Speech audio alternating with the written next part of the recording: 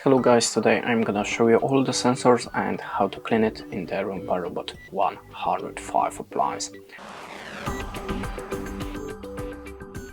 So the first main sensor is this one. This is the 3600 sensor, and how to clean it, how to clean all the sensors, I'm gonna tell you later.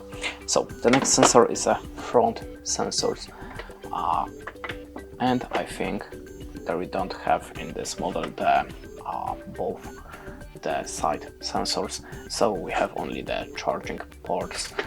And on the back of your appliance we have three cliff sensors, the 1, 2 and 3rd sensor, and how to clean the sensors. Remember to do not use the alcohol from the sanitizer, for example, because it may have some glycerin in the fragrance and it can just damage or just make dirty your sensors.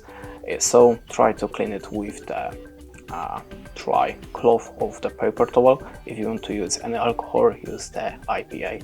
And that's it. Thanks for watching. Leave us a like or comment, and goodbye.